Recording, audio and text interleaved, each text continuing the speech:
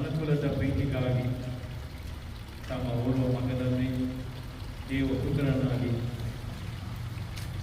ಈ ಧರೆಗೆ ಕಳುಹಿಸಿ ವಿಶೇಷವಾಗಿ ಪ್ರೀತಿ, ಶಾಂತಿ, ಸಂತೋಷ ಮತ್ತು ದಯೆ ಈ ನಾಲ್ಕು ಶಬ್ದಗಳೊಂದಿಗೆ ಈ ಪ್ರಪಂಚದಲ್ಲಿ ಸುವಾರ್ತೆಯನ್ನು ಪ್ರಸರಿಸಿದಂತಹ ತಾವು ತಮ್ಮ ಜನ್ಮದಿನದ ಆ ಹಬ್ಬವನ್ನು ನಾವು ಇಂದು ಆಚರಿಸಲು ಈ ಗೋಧಲಿಯಲ್ಲಿ ಸೇರಿದ್ದೇವೆ. ನಿಮ್ಮ ಜನರಿಗೆ ಮೋಕ್ಷವನ್ನು ತರುವಂಥ ಸುವಾರ್ತೆಯು ನಮಗೆ ದಿನನಿತ್ಯವೂ ಧೈರ್ಯವನ್ನು ಭರವಸೆಯನ್ನು ಕೊಡುತ್ತಿದೆ.